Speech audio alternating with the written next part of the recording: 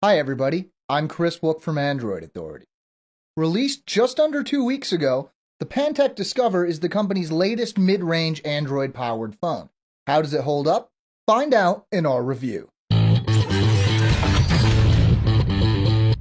Now, Android phones have come a long way in a very short amount of time. We're at a point where even phones running pretty modest hardware can provide a great experience. And while Pantech may be known as a maker of budget phones, the hardware in the Pantech Discover isn't actually all that modest, so let's get started by taking a look at the specs. The Pantech Discover runs a Qualcomm Snapdragon S4 Plus chipset with a 1.5 GHz dual-core processor, has 1 GB of RAM, and 16 GB of storage, which is expandable via microSD. The screen is 4.8 inches and 720p HD with a resolution of 1280 by 720. The front and rear cameras are 12.6 megapixels and 2 megapixels respectively, with the rear camera capable of capturing 1080p video. Finally, the battery has a capacity of 2,200 mAh. For a fairly inexpensive mid-range phone, the Pantech Discover has a nice solid feel while remaining light at 4.76 ounces or 135 grams.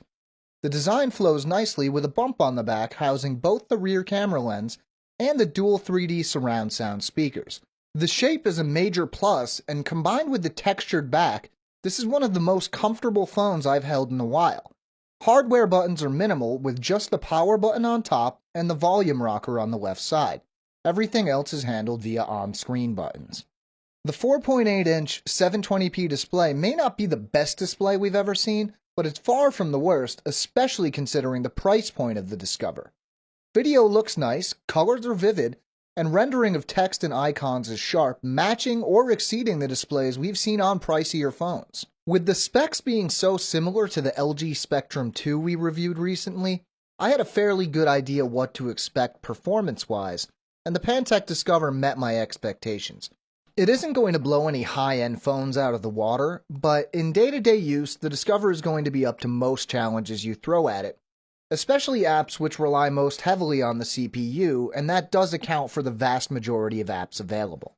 The Pantech Discover runs a skinned version of Android 4.0 Ice Cream Sandwich.